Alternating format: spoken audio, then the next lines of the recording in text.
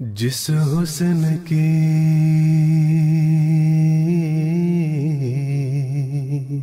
तुमको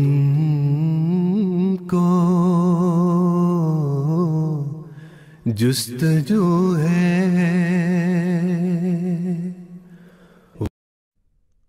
Writings of the Promised Messiah, الصلاۃ. Remember that no one will descend from heaven.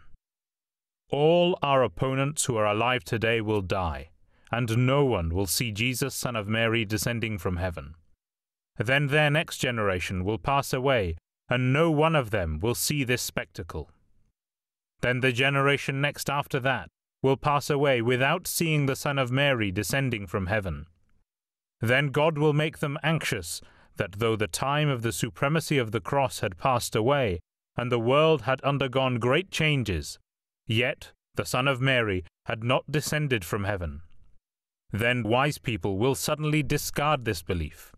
The 3rd century after today will not yet have come to a close, when those who hold this belief, whether Muslims or Christians, will lose all hope and will give up this belief in disgust. There will then be only one religion that will prevail in the world, and only one leader. I have come only to sow the seed, which has been sown by my hand.